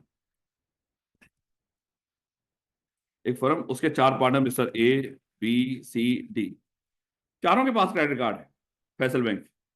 एक के क्रेडिट कार्ड के ऊपर 6 लाख रुपया ड्यू है, एक का मेरे बच्चे 8 लाख ड्यू है, एक का 3 लाख ड्यू है, एक का 2 लाख ड्यू है। एक फर्म है, उसके 4 पार्टनर हैं, चारों पार्टनर ने एक बैंक है क्रेडिट कार्ड लिए हुए, और ये वाली अमाउंट से उसकी ड्यू है, उनकी ड्यू है। तो बताएं क्या ये फर्म उसका ऑडिटर बन सकती है? हैं? क्यों, कैसे बन सकती है? एक फर्म, उसके पार्टनर देखो, 4 पार्टनर, चारों के पास क्रेडिट कार्ड, और 1 मिलियन तक इजाजत थी। हाँ, वहां पे फर्म का जिक्र नहीं किया है, वहां पे ये नहीं जिक्र किया कि पूरी फर्म का, वहां पे एक बंदे की बात हो रही थी कि कोई एक बंदा उसके क्रेडिट कार्ड की मद में 1 मिलियन से ज्यादा ड्यू ना हो। तो यहाँ पे सबका पूरा मान लो कि 10-10 लाख रुपया भी ड्यू होता ना, तो तब भी ये क्या थे, एलिजिबल थे। लेकिन अगर एक बंदे का भी 1 रुपया भी ऊपर होता तो पूरी की पूरी फर्म ये पढ़ेंगे। जिस फर्म का एक पार्टनर डिस्क्वालीफाई हो ना, उस पूरी फर्म डिस्क्वालीफाई होती है, ये भी याद है। एक गंदी मछली पूरे तालाब को गंदा कर देती है, वो यहाँ पे बिल्कुल फिट बैठता है कि अगर एक बंदा डिस्क्वालीफाई हो गया ना किसी कंपनी का ऑडिट करने के लिए, पूरी फर्म डिस्क्वालीफाई होती है। फिर ये नहीं कहते कि चल ये तो डिस्क्वालीफाई है, दूसरे को पॉइंट कर देते हैं ना, फिर पूरी फर्म में डिस्क्वालीफाई होती है, याद रखो। इसलिए अगर किसी बंदे के पास 1 रुपया भी ऊपर हुआ 1 मिलियन से क्रेडिट कार्ड, उसको चपेड़े मारेंगे बाद में, तेरी वजह से हमारा इतना बड़ा क्लाइंट चला गया, लिस्टेड क्लाइंट, इतना बड़ा बैंक था, तेरे 1 रुपए की वजह से, बेशर्मा फकीरा। ले बड़ा, following person will not be deemed to be indebted to the, हम समझेंगे ये मकरूज नहीं है। कौन कौन? A person who owes a sum of money not exceeding 1 million rupees, credit card issuer को, बात ये याद रखिएगा।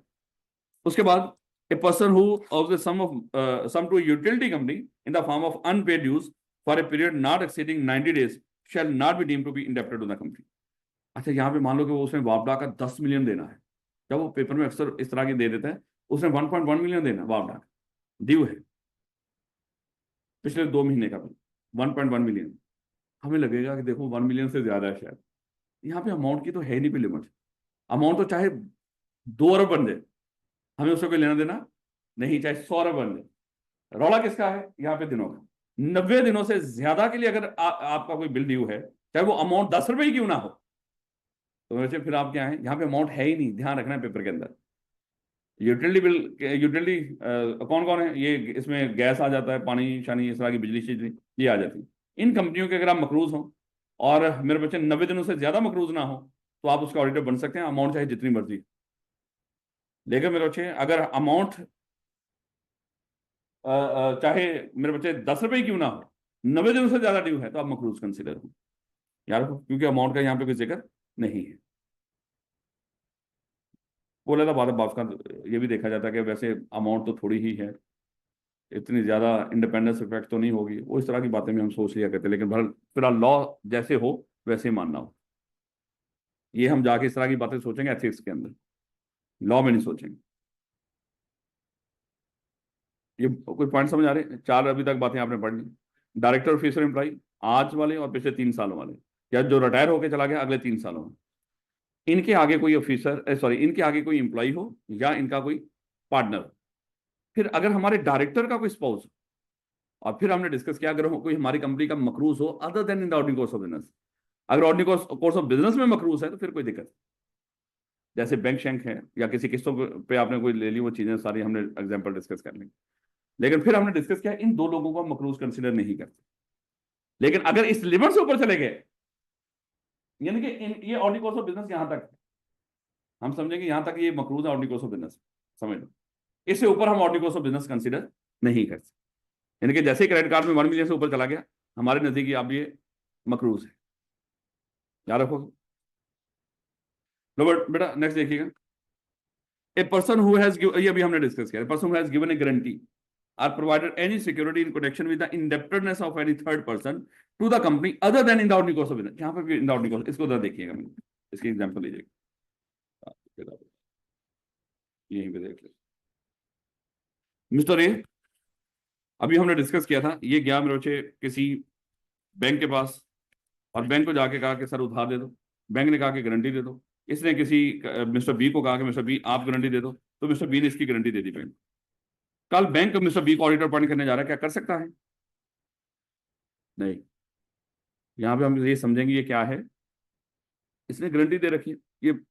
लेकिन अगर इन the ordinary course of business हो, अब इसका जरा देखिए, इसका जरा देखिए, इन the ordinary course of business में ये किस तरह हो। एक मिस्टर ए है, ये चार्टर्ड अकाउंटेंट है, ये सीए। अज्यूम कर लो ये साथ इसका कोई कमर्शियल बैंक भी है, ये कोई कमर्शियल बैंक भी रन कर रहा है मिस्टर ए, इसका क्या है, एक कमर्शियल बैंक भी है। अब बैंकों का तो काम है गारंटियां देना, सर एलसी वगैरह ओपन करते हैं, इस तरह का मामला है। तो बैंक ने क्या किया हुआ है, मान लो कि किसी किसी उसकी जिसको कहते हैं ना कि किसी बंदे की, एक कंपनी को, इस कंपनी को गारंटी दी हुई।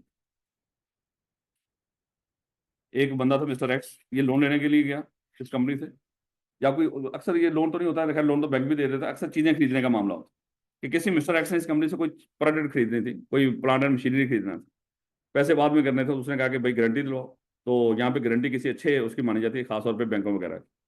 तो उसने यहाँ पे आके इस बैंक को कहा कि सर आप गारंटी दे दो, तो ये इनका काम है इस तरह का काम करना, तो इसने गारंटी दे दी। कल इस बंदे को यहाँ पे ऑडिटर अपॉइंट किया जा रहा है, तो क्या ये ऑडिटर बन सकता है? हम कहेंगे बिल्कुल ऑडिटर बन सकता है। हम कहेंगे उसने जो गारंटी दे रखी है इसके कारोबार है, उसने गारंटी दे, वो हम कहेंगे वो जो गारंटी दी है ऑडिट कोर्स ऑफ बिजनेस दी हुई है, उसका कारोबार है बैंक, और in the audit course of business वो बैंक गारंटी देता है, उसने उस कॉन्टेक्ट में गारंटी दी हुई है, तो इससे कोई फर्क नहीं पड़ता। याद रखोगे इस बात को मेरे बच्चे। अगर किसी का बिजनेस ना हो वैसे ही आपकी गारंटी दिलवा दी, यानी कि आप, आपका कोई कारोबार तो नहीं गारंटियां देना, लेकिन अगर आप किसी की गारंटी दे के बैठे हो तो फिर आप क्या होंगे, आप इनएलिजिबल हो। यानी कि अगर किसी बंदे ने यहाँ पे एडमिशन लिया, वैसे मैं बात करूँ, और हमें उस बच्चे पे शक था ये फीस पता नहीं देगा कि नहीं, और आपने उसकी गारंटी दी हुई थी, और कल सीएफई आपको यहाँ पे ऑडिटर अपॉइंट करता है, तो आप इसके लिए क्या होंगे, इनएलिजिबल होंगे। याद रखोगे इस बात को।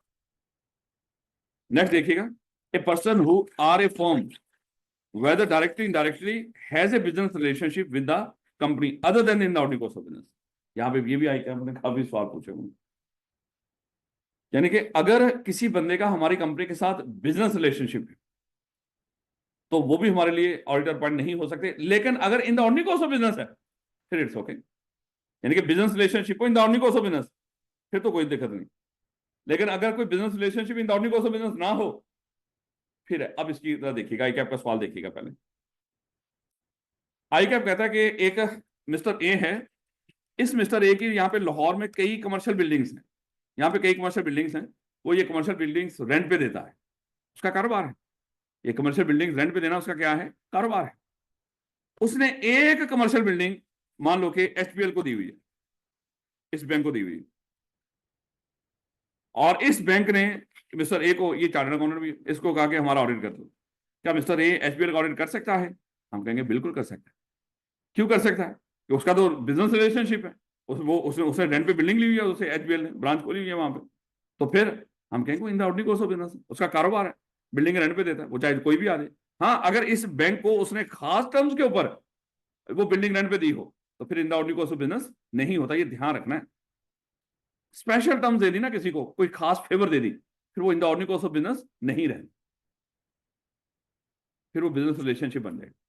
इसी ने मान लो कि बाकी वो सेम बिल्डिंग जो लास्ट रेंट पे थी वो थी मान लो कि 10 लाख रुपए पर मंथ के लिहाज से, ये बैंक वाले उन्होंने इसको खास फेवर दी कि इनको सिर्फ मान लो कि 7 लाख रुपया पर मंथ के लिहाज से रेंट पे दे दिया। ये बिजनेस रिलेशनशिप, ये इन the ordinary course of business नहीं है। याद रखोगे ना इस बात को बेटा? अगर किसी बंदे का हमारे साथ बिजनेस रिलेशनशिप हो other than in the ordinary course of business, तो फिर वो क्या होगा मेरे बच्चे? इसके हाँ एक ही बिल्डिंग है, तो कोई रेंट शेंट पे नहीं, वैसे ही खाली पड़ी हुई थी,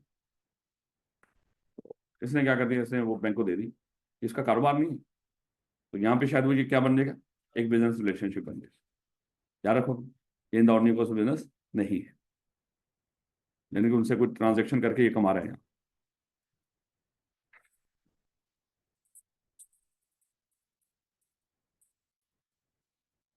कहता है कि person who have been convicted by court of an offence, convicted होता है वो जिसको सजा हो चुकी हो, ये ना कि जिस पे इल्जाम हो, ये ध्यान रखना। अगर किसी पे इल्जाम हो कि ये बंदा फ्रॉडिया है, फलाना है, वो तो माशाल्लाह यहाँ पे मुल्क में वजीर आजम भी है, सदर भी है, लेकिन फिलहाल उनको सजा नहीं हुई। ये केसेस वो करते हैं माशाल्लाह, जो मुल्क चला रहे हैं पिछले 75 साल से, वो केस करते हैं किसी पर, फाइलें फूलें बना के रखते हैं, रेडी रखते हैं। जब किसी मकसद के लिए कोई सजा दिलवानी हो थोड़ी बहुत, वो करवा करू के फिर बाद में डीलें शीलें, वो उनका अजीबोगरीबी खिलवाड़ चल रहा है इस मुल्क के अंदर। वो चोर और चक्के होते हैं, वो कभी चोर होते हैं, वो कभी माशाल्लाह सदर होते हैं, कभी वजीर आजम होते हैं। कमाल का मुल्क माशाल्लाह, कमाल की यहाँ पे कहानी है।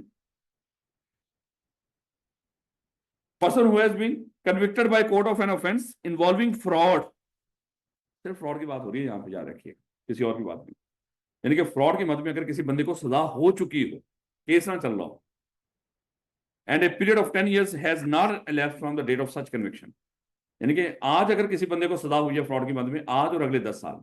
एक बंदा हमारे पास आया मिस्टर ए, उसने कहा कि चलो मान लो कि हम किसी सीएफई मिस्टर ए को ऑडिटर अपॉइंट करने जा रहे थे। पता चला मिस्टर ए को तो फ्रॉड में सजा हुई है और उसको अभी 4 साल गुजरे हैं। क्या मिस्टर ए ऑडिटर बन सकता है? नहीं, 10 साल तक ऑडिटर नहीं बन सकता, ये याद रखना मेरे बच्चों। बॉडी कॉर्पोरेट, ये तो सिंपल सी बात है, कोई भी बॉडी कॉर्पोरेट क्यों नहीं बन सकती? बोला, उसकी लाइबिलिटी लिमिटेड होती है। लिमिटेड लाइबिलिटी के साथ ऑडिट अलाउ नहीं होता, वही बंदा ऑडिट कर सकता है जिसकी लाइबिलिटी अनलिमिटेड हो। A person who is not eligible to act as auditor under the code of ethics, ये अब ये उसकी बात कर रहे हैं। वो जो कोड ऑफ एथिक्स जाके आप चैप्टर नंबर 13 में पढ़ोगे, जो लोग कोड ऑफ एथिक्स के तहत ऑडिटर नहीं बन सकते, कंपनी एक्ट भी कहता है कि वो मेरे नजदीक भी ऑडिटर नहीं बन सकते। याद रखो, ये जनरल बात की है उसने। आगे नेक्स्ट देखिएगा, ये मेरे बच्चे मैंने आपको बताया था सुपर डुपर इंपोर्टेंट। कहता है कि पर्सन आर हिज स्पाउस, यानी कि एक बंदा खुद, ये कंपनी, कोई मिस्टर ए, इसके पास खुद के पास इस कंपनी के शेयर्स, खुद के पास नहीं है, इसके स्पाउस के पास शेयर्स, स्पाउस के पास नहीं है, इनके माइनर चिल्ड्रन के पास शेयर्स, किसी भी सूरत, इस कंपनी के हों या इस कंपनी के आगे एसोसिएट के शेयर्स हों। और ये बहुत ब्रॉडर हो जाता है, क्योंकि आपको पता है कि दो कंपनी एसोसिएट कैसे कैसे बन जाती हैं, वो भी मैं आपको 2 मिनट लगा के आपको बताता भी हूँ। पहले जरा मेरे बच्चे जरा 2 मिनट लगाइएगा, जरा देखिएगा दो कंपनी आपस में एसोसिएट कब होती है। याद है कंपनी लॉ के अंदर आपने पढ़ा था कि अगर कोई बंदा मिस्टर ए एक कंपनी का डायरेक्टर है और ये बंदा दूसरी कंपनी का भी डायरेक्टर है, ये दोनों कंपनीज आपस में क्या है, एसोसिएट है। या ये मिस्टर ए किसी कंपनी का 20% या उससे ज्यादा का शेयर होल्डर है और एक कंपनी में डायरेक्टर है, ये दोनों कंपनी आपस में क्या है? और अगर इस बंदे का किसी और कंपनी में भी 20% शेयर होल्डिंग हो, ये दोनों आपस में क्या है? एसोसिएट है। अगर ये बंदा किसी बिजनेस का पार्टनर है ऐसे, और ये बंदा किसी और बिजनेस का भी पार्टनर है, ये दोनों आपस में क्या है? एसोसिएट है। अगर ये बंदा किसी बिजनेस का पार्टनर है और किसी कंपनी में 20% शेयर होल्डिंग है, ये दोनों क्या है? एसोसिएट है। अगर ये बंदा किसी बिजनेस का पार्टनर है और किसी कंपनी का डायरेक्टर है, ये दोनों आपस में क्या है? एसोसिएट है। जिसने कंपनी लॉ भी नहीं पढ़ा हुआ तो चैप्टर 10 के अंदर जाके हम पढ़ लेंगे। जिसने पढ़ा हुआ है एक दफा जाके थोड़ा सा अगर हो सके तो चाहे टाइम निकाल के उसको देख लीजिएगा। एक तो ये तरीकाकार था। और जो कंपनी होल्डिंग और सब्सिडरी हो वो आपस में एसोसिएट भी होती है। अगर एक मुदारबा हो और एक मुदारबा मैनेजमेंट कंपनी हो तो ये दोनों आपस में एसोसिएट होते हैं। तो ये मेरे बच्चे हमने डेफिनेशन पढ़ी थी एसोसिएट कंपनी की। तो दो कंपनियां इस ताल्लुक से एसोसिएट बनती हैं। तो अब ध्यान रखें, अब ये ध्यान रखना है पेपर के अंदर मेरे बच्चे वो इस तरह की थोड़ी सी कम्प्लेक्सिटी बना देंगे यहाँ पे। वो कहेगा कि अज्यूम कर लो कि मिस्टर ए को कंपनी एक्स लिमिटेड में ऑडिटर अपॉइंट करने जा रहे हैं, और एक्स लिमिटेड कंपनी के शेयर ना उसके पास है ना उसके स्पाउस के पास है ना उसके माइनर चिल्ड्रन, रौला ही को नहीं।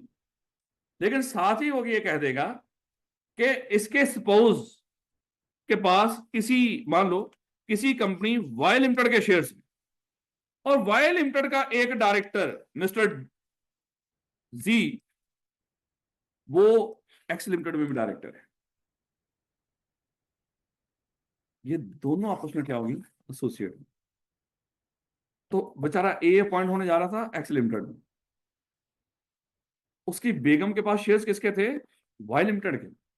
और वाई लिमिटेड का एक डायरेक्टर वो एक्स लिमिटेड का भी डायरेक्टर निकला, जिसकी वजह से दोनों कंपनी आपस में क्या होगी?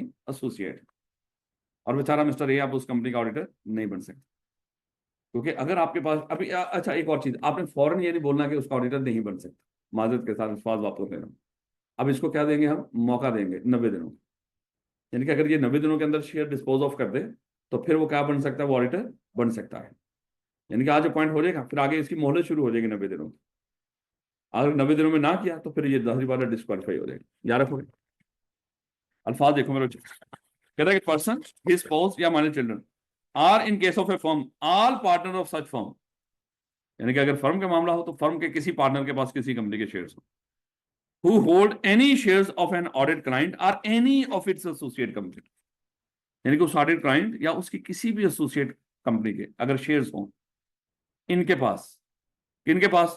उस बंदे के पास, उसके स्पाउस के पास, अगर भाई के पास हो कोई दिक्कत नहीं, बाप के पास हो कोई दिक्कत नहीं। ये ध्यान रखना। सिर्फ 3 रिश्तों की बात हुई है यहाँ, इन 3 रिश्तों और फर्म का पार्टनर 4 लोग हैं। यानी कि अगर मैं हूं और ये हमारी फर्म है तो मैं, आप में से किसी के पास शेयर्स हो, मेरे पास हो, या आप में से किसी के पास शेयर्स हो, मेरे स्पाउस के पास हो, या मेरे माइनर चिल्ड्रन के पास हो, तो मेरे बच्चे मेरे लिए क्या होगी? ये डिस्क्वालिफिकेशन। लेकिन डिस्क्वालिफिकेशन फौरन नहीं बोलना, इसकी एक्सेप्शन क्या है? 90 दिनों के अंदर अगर वो शेयर्स बेच दे तो फिर वो बंदा क्या हो सकता है? वो एलिजिबल है। याद रखो, क्योंकि यहाँ पे एक्चुअली ना बच्चे सीधे कह देते हैं ये बंदा डिस्क्वालीफाइड है, और आई क्या फिर नंबर नहीं देते। आई क्या कहता है तो अगली बात तो बता ही नहीं रहा जो बड़े मैं पूछना चाह रहा हूँ। अगर वो 90 दिनों वाला असूल तो बता कि 90 दिनों के अंदर वो शेयर डिस्पोज ऑफ कर देते तो फिर तो एलिजिबल था। वो तूने बात ही नहीं की, तो फिर नंबर नहीं मिलते मेरे बच्चे को। तो इसलिए इस मामले में आपने फौरन से ये नहीं बोलना कि बंदा डिस्क्वालीफाइड है, आपने उसको मौका देना है। जैसे क्रेडिट कार्ड की मद में हम फौरन नहीं बोल रहे थे कि बंदा डिस्क्वालीफाई, हम देखेंगे कितना क्रेडिट कार्ड की मद में कितना ड्यू है, हम कहेंगे 1 मिलियन तक है तो फिर कोई दिक्कत नहीं, 1 मिलियन से ऊपर है तो फिर कहेंगे अब डिस्क्वालीफाई है। क्या रखोगे? कह रहा है कि प्रोवाइडेड, अब प्रोवाइडेड ये एक्सेप्शन आ गई, इसलिए ये जो ऊपर आपने पढ़ा पॉइंट अभी, provided that if such a person hold shares prior to his appointment as auditor. यानी कि अगर आप ऑडिटर अपॉइंट हो जाए और उस कंपनी के या उस कंपनी के स्पाउस के, सॉरी उस कंपनी के एसोसिएट के अगर शेयर्स आपके पास आ गए, या आपके इन चारों में से किसी के पास आ गए, आप, आपके स्पाउस, माइनर चिल्ड्रन और फर्म का पार्टनर, तो फौरन से ही आप डिस्क्वालीफाई हो जाते। यानी कि ऑडिटर अपॉइंट होने के बाद अगर इनमें से किसी के पास शेयर्स आ गए तो आप मेरे बच्चे मजीद उसके लिए क्वालिफाइड नहीं रहे, आपका ऑफिस वकेट हो जाएगा, कैजुअल वैकेंसी राइज हो जाएगी। और ये डिस्क्वालिफिकेशन आपने पढ़ी है ना, अपॉइंटमेंट होने के बाद आ जाए तो डिस्क्वालीफाई हो जाए। एक बंदा फ्रॉड फ्रॉड की मदद में उसको सजा हो गई, वो हमारा ऑडिटर था, डिस्क्वालीफाई हो गई। क्या रखोगे ना इस बात? अपॉइंटमेंट से पहले, एक तो अपॉइंटमेंट के वक्त हम चेक कर रहे थे इस तरह का मामला तो नहीं, अगर अपॉइंटमेंट के वक्त ऐसा कोई मसला नहीं था और अपॉइंटमेंट के बाद आ जाए तो तब भी वो डिस्क्वालीफाई हो जाए। अगर अपॉइंटमेंट के वक्त इनके पास शेयर नहीं थे फिर तो रौला ही को नहीं। अपॉइंट कर लो, अपॉइंटमेंट के बाद शेयर ले लिए, फिर डिस्क्वालीफाई हो जाता है, फिर 90 दिनों का मौका नहीं मिलता है। फिर तो करते रहो कारोबार, खरीद खरीद के 90 दिनों में शेयर बेचते रहो। अगर तो पहले से शेयर थे और आपको ऑडिटर अपॉइंट कर लिया सीएफई ने, और आपके पास पहले से शेयर थे, फिर आपको 90 दिनों का मौका नहीं जाता। लेकिन अगर आप ऑडिटर बनने के बाद शेयर खरीदते हो, हमारे या हमारे एसोसिएट के, फिर आप वैसे डिस्क्वालीफाई हो जाते। याद रखोगे ना इस बात को? कानून है, कानून को इसी निगाह से देखना है। कहता है provided that if such a person hold shares prior to his appointment as auditor, अगर ऑडिटर अपॉइंटमेंट से पहले शेयर थे तो फिर 90 दिनों का मौका मिलना है। अपॉइंटमेंट के बाद शेयर ले लिए, फिर कोई मौका नहीं, फिर ऑडिटर बन ही नहीं सकता। Whether as an individual or a partner in a firm, the fact shall be disclosed on his appointment as auditor।